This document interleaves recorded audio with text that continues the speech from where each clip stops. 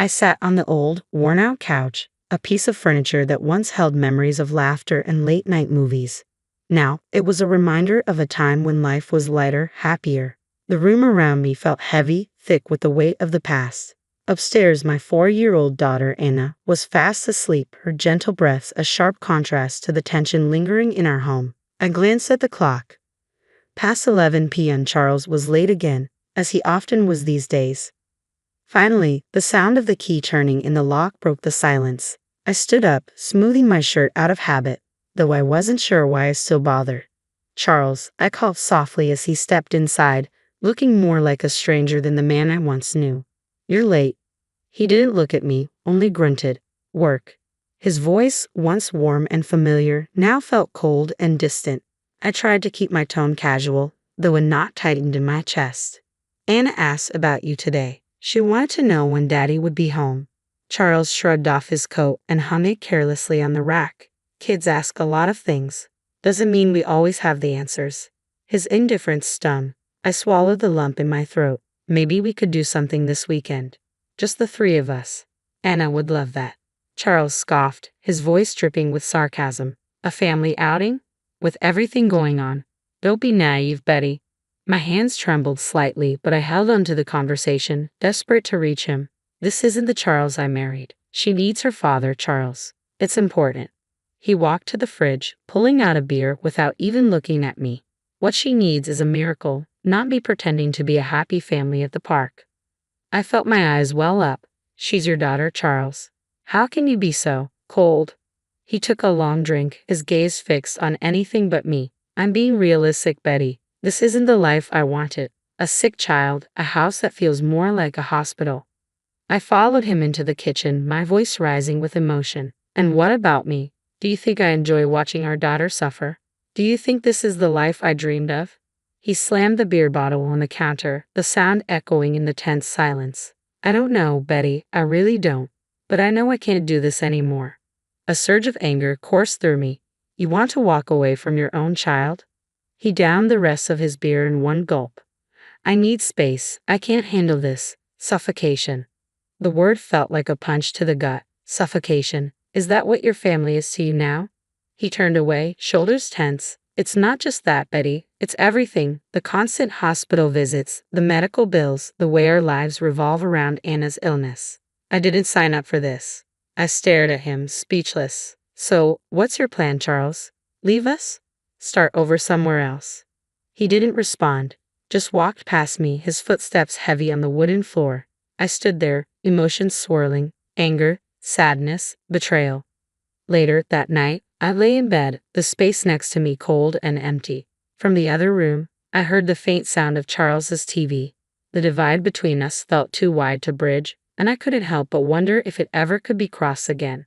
The man I married, once my partner and Anna's father, now felt like a stranger under the same roof. Our home, typically a haven of warmth, stood in stark contrast to the sterile hospital room where Anna lay.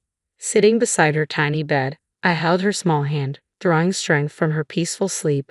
Nurse Sharon entered with a kind smile. "How's our brave girl doing today, Betty?" "She's a fighter," I managed, though my voice was weary. Sharon checked Anna's vitals with gentle efficiency. "She's in good hands here. The surgery team is one of the best." I nodded, throat tight. "I just wish Charles could be here more. She keeps asking for him." Sharon's expression softened. "Fathers often find it hard to cope with these situations. But you're doing an amazing job." The weight of loneliness settled on me. It's hard doing it alone. He's just not the same anymore. As if on cue, Charles walked in. His presence was less comforting than I had hoped. He glanced at Anna, then at me, his expression unreadable. "How is she?" "The same," I replied, trying to keep my voice steady. He fiddled with his phone, avoiding my gaze. "I can't stay long. Work's crazy." A flash of anger surged through me. "Work. Right, because that's what's important right now." Charles looked up, his eyes cold. "What do you want from me, Betty? To sit here and watch her sleep?" I bit back a retort, focusing instead on Anna. "She asked for you today, Charles. She misses her dad." He shrugged, the detachment between us a tangible wall. "I'm here, aren't I?" Before I could respond, Anna stirred, her voice weak but clear. "Daddy?" Charles's face softened as he moved closer to her. Hey, princess. Daddy's here. Anna managed a faint smile, reaching out to him. Stay with me, Daddy. A mix of hope and sorrow twisted in my heart as Charles hesitated, then sat on the edge of her bed. I can't stay long, Anna. Daddy has to work. Her smile faded, an understanding far beyond her years in her eyes. It's okay, Daddy. I love you, Anna whispered, her small hand clutching Charles's as he forced a smile in response. I love you too, kiddo. As he stood to leave, a surge of resentment welled up inside me. She needs you, Charles. We need you. He paused, his back turned to us, and replied, I'm doing what I can, Betty. But his words felt hollow in the sterile room. I watched him walk away, a familiar sense of abandonment settling over me like a heavy fog. Anna squeezed my hand, her presence reminding me of the fight ahead. The room fell silent, save for the steady beeping of the monitors. Leaning closer to Anna, I whispered promises of better days, promises I wasn't sure I could keep. But in that moment, all I had was hope and my unwavering love for my daughter. The silence was broken by my friend Marilyn's call. I sat in the dimly lit hospital cafeteria, clutching a lukewarm cup of coffee as my mind whirled with betrayal and shock. Marilyn slid into the seat across from me, her expression a mix of concern and urgency. Charles is selling our house, she said, and I felt anger and disbelief swirl within me, feeling a determination I hadn't felt in months. Betty, I can't believe he's going this far. Selling your house while you're anchored here with Anna, she continued, and I inhaled sharply, my hands trembling as I struggled to calm myself. Marilyn, please try to delay the sale. I need some time to figure this out. Her expression hardened with resolve. I'll do everything I can, Betty, but you need to know he's insisting on closing quickly. I leaned in, my voice steady with newfound determination. He won't succeed without a fight. He thinks he can just erase our lives and start anew. Marilyn squeezed my hand in solidarity. What's your plan, Betty? The word plan echoed in my head, igniting a fire within me. For too long, I had been passive, a spectator in my own life, overshadowed by Charles's indifference. No more. I'm taking a stand. First thing tomorrow, I'm meeting with a lawyer. We'll find a way to halt the sale. Encouragement lit up Marilyn's face. That's the spirit. Fight for what's yours, Betty. I'm with you every step of the way. I nodded, my resolve bolstered by her support. I'll also need solid evidence, proof of his duplicity, any fraudulent dealings, anything that will strengthen our case. Marilyn proposed we start by scrutinizing the sale details.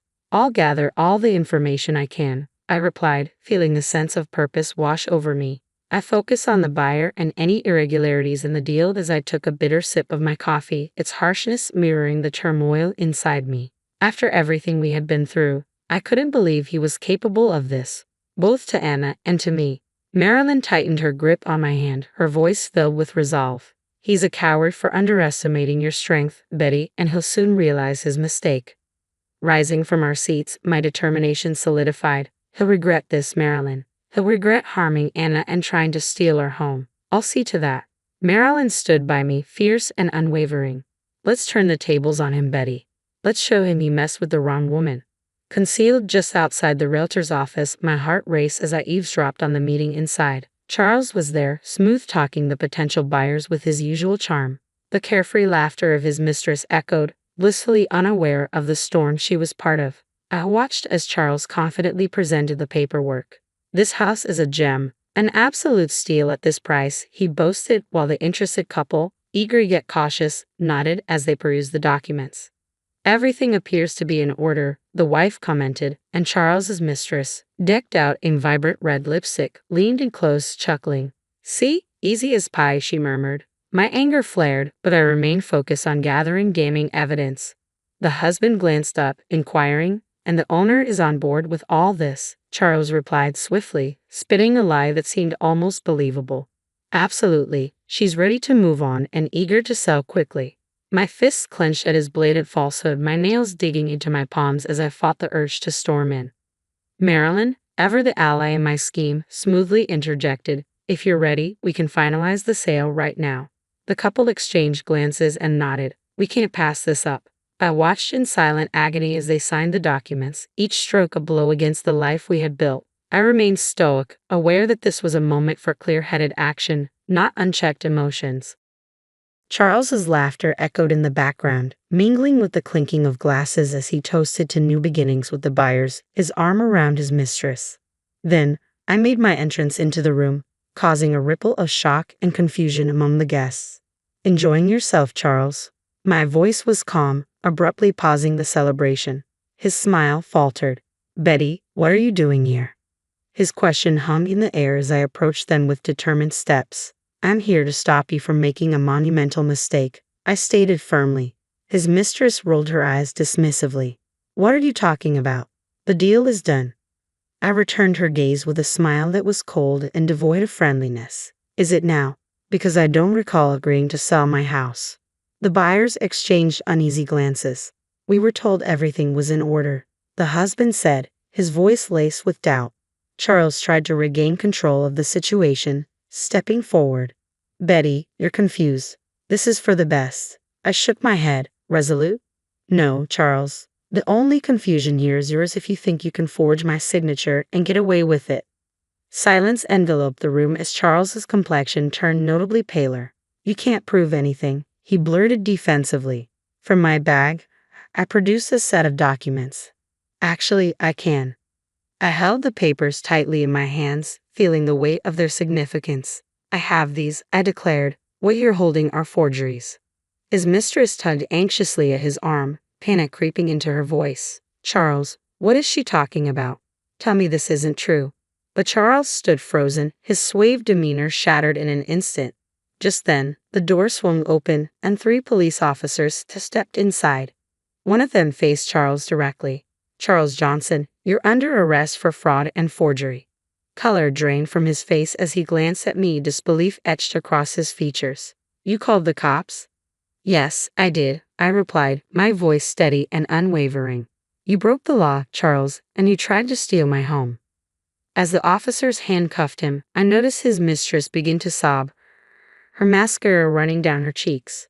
The potential buyers, sensing the gravity of the situation, hurriedly gathered their belongings, eager to escape the unfolding drama. One officer turned to me. We need your statement, ma'am. I nodded, a surge of vindication coursing through me. Of course, officer. As they led Charles away, he shot me a look filled with anger and regret. But I felt no sympathy. He had made his choices, and now he was facing the consequences. Marilyn, witnessing the scene, smiled at me approvingly. I returned her smile, stepping out of the office with a significant weight lifted from my shoulders. I had stood up for myself and for Anna. This was just the beginning. After Charles's arrest, I found myself in my lawyer's office surrounded by law books and the heavy scent of leather. Mr. Ronald, my attorney, a no-nonsense man in his 50s with a face lined by experience, reviewed my case. Betty, your husband's actions have opened up a significant can of worms. The fraud charge is serious. I sat across from him, my hands clasped tightly. I know, Mr. Ronald, but I couldn't let him get away with it, not after everything. He nodded, understanding in his gaze. I respect that. Now, about the divorce and custody battle. You're in a strong position, but it won't be easy. I leaned forward, resolute. I'm ready for it. I have to do this for Anna. She deserves a stable home. He shuffled through some papers. What about alimony and child support?